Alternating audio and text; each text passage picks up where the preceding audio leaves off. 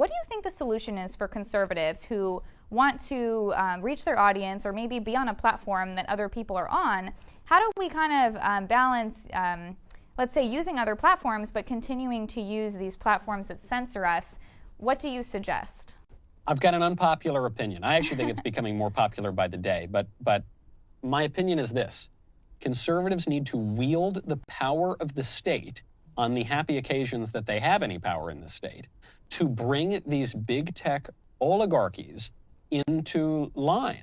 And these oligarchs, these billionaires in Silicon Valley, they are wielding more political power than anyone in the United States, including the duly elected president. Hipster Rasputin over there at Twitter with his pals Mark Zuckerberg and Sundar Pichai, they booted the duly elected sitting president out of the public square. These people have even acknowledged that it's the public square.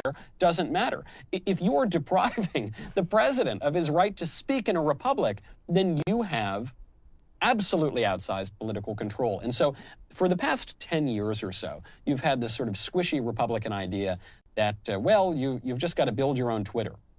First of all, we did build our own Twitter. It was called Parler, and they outlawed it. They kicked it out of the App Store. They kicked it off of Amazon servers. Finally, it's beginning to come back a little bit. So that practically that didn't work. But even beyond that, if you're controlling 90% of the flow of information in a republic, you are by definition engaging in a political act, and we the people have the right to assert our political authority against you. So it will not be, certainly we should innovate, certainly we should build our own platforms, we should make our own movies, we should do all of that.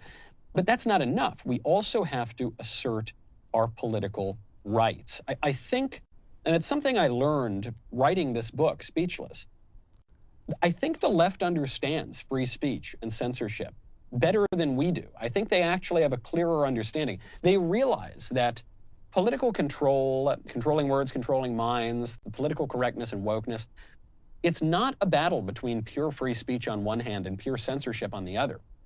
Actually, it's a battle between competing sets of standards, competing ideas of what is right and wrong and true and false. And, every society has taboos. Every society has standards. Some things are going to be off limits.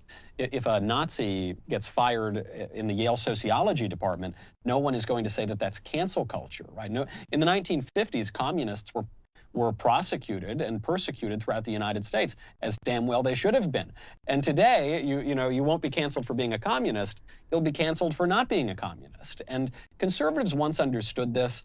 The post-war conservative movement of William F. Buckley Jr. and Ronald Reagan, they actually understood this. And somewhere along the line, we just got hoodwinked by the left. And I think it's time to learn a few lessons from them, as I try to outline in Speechless, and start wielding some of that political power again to our purposes.